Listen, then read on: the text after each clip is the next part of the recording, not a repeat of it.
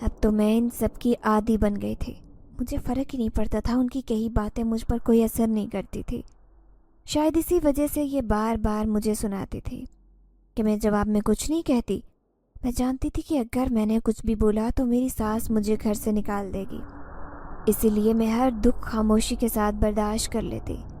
میں نے جلدی جلدی ساس اور نند کے لیے ناشتہ بنایا. گھر کے دیگر کام نپٹانے کے بعد کٹائی کے کام میں لگ گئی تھی. تب مجھے محسوس ہوا کہ کوئی میرے بالکل قریب بیٹھا ہے.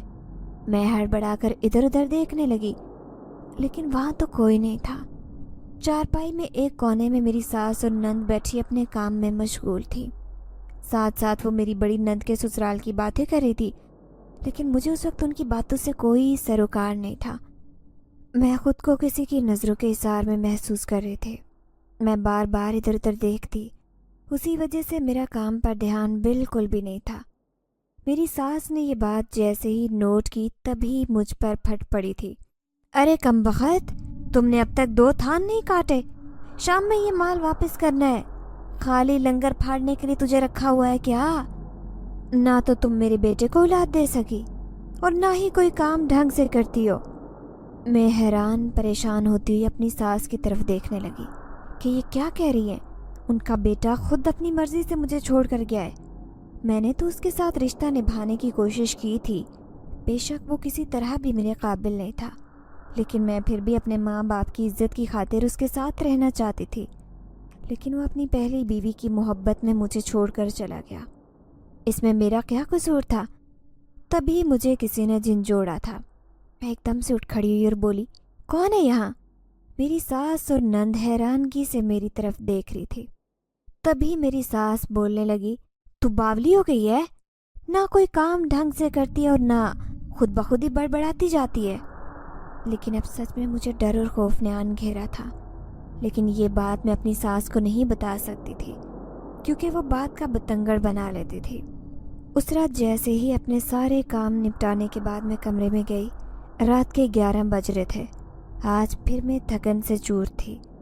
ابھی میں سونے کے لیے لیٹی ہی تھی کہ پھر وہی لمس مجھے اپنے وجود پر محسوس ہوا.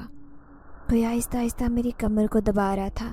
آج تو جیسے میرا دل سینے سے باہر نکل آئے گا. دل کی دھڑکن اس قدر تیز ہو گئی تھی کہ کانوں میں آواز صاف سنائی دے رہی تھی. تبھی میں بولی, دیکھو تم جو کوئی بھی ہو میرے سامنے کیوں نہیں آتے؟ سامنے آؤ, کون ہو تم؟ تبھی اپنے سامنے ایک دھواں سا اٹھتا ہوا دکھائی دیا. یہ دھواں دیکھتے ہی دیکھتے خوبصورت نوجوان کی شکل اختیار کر گیا. یہ کالے رنگ کے لباس میں سامنے کھڑا نوجوان تا حد خوبصورت تھا. اس کے چہرے پر نمودار ہوتی ہلکی ہلکی داڑھی اور لمبی سیاہ آنکھیں. مسکراتے ہوئے اس کے دونوں رخسار پر گہرے ڈمپل پڑتے تھے, جو اس کے چہرے پر پھیلی ہلکی ہلکی داڑھی میں بہت نمایاں نظر آتے تھے. یہ اتنا خوبصورت نوجوان دیکھتے ہی دیکھتے میں اسے دیکھتی رہ گئی اور ایک دم سے اٹھی اور بولی, کون ہو تم اور میرے کمرے میں کیسے آ گئے؟ وہ مسکراتا ہوا میرے چارپائی پر بیٹھا اور بولا, میں آج پہلی دفعہ تو نہیں آیا. بہت دن سے میں تمہارے ساتھ ہوں لیکن تمہیں نظر نہیں آتا. اس کی یہ بات مجھے حیران کر گئی. تبھی میں بولی, کیا مطلب؟ تم میرے ساتھ ہو لیکن کیوں میرے ساتھ ہو؟ تبھی مجھے رات والا واقعہ بھی یاد آ گیا کہ رات بھی میرے ساتھ یہی ہوا تھا. کہیں یہ نوجوان سچ میں ہی تو نہیں کچھ کہہ رہا, لیکن یہ کہاں چھپ جاتا ہے؟ یہ بات میری سمجھ سے باہر تھی. تبھی وہ بولا, تمہیں زیادہ سوچنے کی ضرورت نہیں ہے, میں کوئی انسان نہیں ہوں جو کہیں چھپ جاتا ہوں. میں حیرانگی سے اس کی طرف دیکھنے لگی کہ اسے کیسے معلوم ہوا کہ میں بھی دل میں یہی سوچ رہی تھی. میں سوالیہ نظروں سے اس کی طرف دیکھنے لگی. اس نے جواب دیا, میں ایک جن زادہ ہوں اور تمہارے اسی کمرے کے کونے میں رہتا ہوں. میں یہاں کافی دیر سے رہائش پذیر ہوں. جب یہاں یہ کمرہ نہیں بنا تھا یہاں درخت تھا, میں اسی درخت پر رہائش پذیر تھا, لیکن پھر یہ کمرہ بن گیا تو میں اس کے کونے میں رہنے لگا. میں حیرانگی سے اس کی باتیں سن رہی تھی. مجھے یقین نہیں ہو رہا تھا کیونکہ میرے سامنے کوئی جن زادہ نہیں بلکہ وہ ایک خوبصورت نوجوان کھڑا تھا. میں بولی کہ جھوٹ بول رہے ہو تم, کون ہو اور کیسے آئے ہو میرے کمرے میں؟ تم جن زادے نہیں ہو سکتے, تم انسان ہو اور جھوٹ بول رہے ہو مجھ سے تاکہ میں تمہاری اپنی ساس اور نند سے شکایت نہ کر دوں. اس نے جواب دیا کہ میں تو ان سے نہیں ڈرتا, تم ڈرتی ہو نا ان سے. میں تمہارا بھی ڈر دور کر دینا چاہتا ہوں. تم خود کو اتنا مضبوط کیوں نہیں بنا لیتی کہ ہر دوسرے بندے کے سامنے بے عزت نہ ہونا پڑے؟ دیکھو تم اتنی خوبصورت ہو، کاش کوئی تمہاری خوبصورتی کو اتنے قریب سے دیکھے جتنے قریب سے میں دیکھتا ہوں۔ جب سے تم یہاں آئی ہو میرے تو دل کے سارے چراغ جل اٹھے۔ تم جانتی ہو میں دن رات تمہیں دیکھتا ہوں، تم جب تھکن سے چور ہوتی ہو تو میرا دل چاہتا ہے تمہیں سکون پہنچاؤں، تمہارے سکون کا باعث بنوں۔ میں غصے سے اسے دیکھتی ہوئی بولی، تم کون ہوتے ہو مجھے سکون دینے والے؟ کیا لگتے ہو تم میرے؟ اس نے جواب دیا کہ بس کچھ دن اور پھر تمہیں سب معلوم ہو جائے گا کہ میں تمہارا کیا لگتا ہوں، کیونکہ تم بہت خاص ہو میرے لیے۔ اس کے بعد میں جب کام سے فارغ ہوتی تو میں کمرے میں آتی، کیونکہ وہ وہیں بیٹھا میرا انتظار کرتا۔ مجھے دیکھ کر وہ کھل جاتا۔ اس نے اپنا نام فیروز بتایا تھا۔ فیروز تا حد خوبصورت ہونے کے ساتھ ساتھ دل کا بھی بہت اچھا تھا۔ یہ بات تو میں جان گئی تھی کہ وہ کوئی عام انسان نہیں ہے، کیونکہ اس کا یوں اچانک سے آ جانا اور پھر میرے علاوہ کسی کو نظر نہ آنا یہ خوبی کسی انسان میں نہیں ہو سکتی تھی۔ نہ جانے کیوں میں بھی فیروز سے محبت کرنے لگی تھی۔ جب تک اس کو دیکھ نہ لیتی میرے دل کو سکون نہیں آتا۔ اب میں سارے کام جلدی جلدی نپٹا دیتی تاکہ جلد فارغ ہو کر میں فیروز کے پاس چلی جاؤں۔ فیروز اب پورے گھر میں چکر کاٹتا پھرتا، لیکن وہ میرے علاوہ کسی کو بھی نظر نہیں آتا تھا۔ میں کام کرتے کرتے فیروز کی طرف دیکھتی اور جلدی سے کام نپٹا لیتی۔ فیروز کی طرف دیکھتے ہی مسکرانے لگتی تھی میں۔ میری ساس اور نند مجھے اس حالت میں دیکھ کر بڑبڑانے لگتی کہ یہ پاگل ہو گئی ہے، خود بخود ہنستی رہتی ہے۔ لیکن وہ نہیں جانتی تھی کہ میرے چہرے کی مسکراہٹ ایسے ہی نہیں بلکہ میرے دل کو کسی کی محبت نے سیراب کر دیا ہے، اور وہ محبت کرنے والا کوئی انسان نہیں بلکہ ایک جن زیادہ تھا، اور ایک انسان جس سے میرا نکاح ہو چکا ہے وہ مجھے چھوڑ کر جا چکا تھا۔ لیکن وہ جن زیادہ جسے میں جانتی بھی نہیں تھی وہ مجھ سے اس قدر محبت کرتا تھا کہ مجھے ایسے لگتا ہے کہ جیسے میں اس پر فدا ہو کر رہ جاؤں گی۔ آج تک کبھی کسی نے اتنے پیار محبت سے مجھ سے بات نہیں کی تھی، کبھی کسی نے میرے جذبات نہیں پوچھے، کبھی کسی نے یہ نہیں پوچھا کہ تم تھک گئی ہو آرام کر لو، کبھی کسی نے جاننے کی کوشش نہیں کی کہ تم نے کھانا کھایا یا نہیں۔ یہ واحد شخص تھا جو میری ایک ایک چیز کا خیال رکھتا۔ اگر ذرا سا میرا کھانا لیٹ ہو جاتا تو میرے سامنے ٹرے لے کر حاضر ہو جاتا۔ اس کے بارے میں میری ساس اور نند کو کچھ بھی معلوم نہیں ہوتا تھا۔ میری ساس اور نند کا رویہ بھی اس کے لیے بہت تکلیف کا باعث تھا۔ وہ مجھے ہر روز کہتا کہ تم کہو تو میں انہیں سبق سکھا دوں، لیکن میں اسے منع کرتی کیونکہ میں جانتی تھی کہ وہ بھی اپنی طرف سے بہت دکھی ہیں اور میں انہیں دکھ نہیں پہنچانا چاہتی۔ ایسے ہی کرتے ٹائم گزر گیا۔ اس دن پورے 3 مہینے گزر چکے تھے۔ اس کا یہ فکرہ مجھے بار بار تنگ کرتا کہ 3 مہینے پورے ہونے دو۔ آخر 3 مہینے کے بعد ایسا کیا ہونا تھا کہ فیروز مجھے بتانا ہی نہیں چاہتا تھا۔ اس دن جب 3 مہینے پورے ہو گئے میں اس دن کا شدت سے انتظار کر رہی تھی، لیکن جب یہ دن آیا پھر یہ نہ جانے کہاں چلا گیا تھا، اور آخر کہنا کیا چاہتا تھا کہ مجھے 3 مہینے بعد کیا ہونا تھا۔ میں بہت بے چین تھی، لیکن فیروز مسلسل 3 دن سے مجھ سے ملنے کے لیے نہیں آ رہا تھا۔ اچانک سے اس کا غائب ہو جانا میرے لیے باعث تکلیف تھا۔ کیا وہ یہ کہتا تھا کہ 3 مہینے بعد وہ مجھے چھوڑ کر چلا جائے گا؟ تو پھر اس نے مجھ سے دوستی کیوں کی؟ کیوں مجھ سے محبت کرنے لگا تھا؟ جب اس نے مجھے بیچ مجدہار میں ہی چھوڑ کر جانا تھا مجھے بہت افسوس ہو رہا تھا، خود پر بھی، اور کیونکہ باقی لوگوں کی طرح وہ بھی مجھے استعمال کر کے گیا تھا۔ اب میں بہت دکھی رہنے لگی۔ میرے دکھ اور تکلیف کے باعث صرف میرا شوہر نہیں تھا بلکہ وہ جن زیادہ بھی اب تھا جس سے میں ٹوٹ کر محبت کرنے لگی تھی۔ اسی رات جیسے ہی میں چارپائی پر لیٹی ہوئی تھی میں فیروز کے بارے میں ہی سوچ رہی تھی۔ مجھے ایسے محسوس ہوا کہ ایک بہت لمبا سایہ میرے بالکل سامنے کھڑا ہے۔ میں یکدم سے ہڑبڑا کر اٹھ کھڑی ہوئی۔ یہ سایہ آہستہ آہستہ میری طرف بڑھتا آ رہا تھا۔ اس سائے میں نظر آتے لمبے لمبے بال اس کے چہرے کے آگے آ رہے تھے۔ میں ہڑبڑا کر اٹھی اور چارپائی سے نیچے گر گئی کیونکہ وہ سایہ تیزی سے میری طرف بڑھ رہا تھا۔ میں پیچھے کی طرف بیٹھتے ہوئے رینگنے لگی، لیکن وہ سایہ اسی رفتار سے میری طرف بڑھ رہا تھا۔ جیسے ہی وہ میرے قریب آیا میری جان نکل گئی، کیونکہ اس سائے سے ایک آواز آ رہی تھی، کیوں چاہتی ہو فیروز کو جبکہ تم اس کی حقیقت بھی جان گئی ہو کہ وہ انسان نہیں ہے؟ تم جانتی کیا ہو؟ جنات کے بارے میں تم کیا جانتی ہو کہ یہ تمہیں زندہ درگور کر دیں گے؟ بہت تکلیف میں رہو گی، چھوڑ دو پیچھا اس جن زادے کا۔ یہ بات کہتے ہی وہ سایہ وہاں سے غائب ہو گیا۔ میرے پورے جسم سے ٹھنڈے پسینے بہہ رہے تھے. مجھے سمجھ ہی نہیں آ رہی تھی کہ اب میں کیا کروں. اس وقت کس کو مدد کے لیے پکاروں؟ کوئی بھی تو ایسا نہیں تھا جو میری مدد کرتا. پھر ایسے واقعات ہونا میرے ساتھ معمول بن چکا تھا. فیروز کا بھی کوئی اتا پتہ نہیں تھا. اس دن میں چھت پر کپڑے سکھانے گئی کہ ایک کالا بلہ دوسری چھت سے چھلانگ لگا کر ہماری چھت پر آ گیا. اس کی آنکھیں سرخ لال تھی. وہ ایک دم سے مجھ پر جھپٹا. اس نے میرے بالوں کو کھینچ لیا. میری گردن اس بلے کے پاؤں کی گرفت میں آ گئی تھی. میں کوشش کر رہی تھی کہ اسے جان چھڑا لوں، لیکن وہ مسلسل مجھے پنجے مار رہا تھا. اس کالے بلے کی سرخ آنکھیں جیسے انگارے نکل رہے ہوں میرے چہرے اور جسم کو بری طرح سے جھلسا رہے تھے.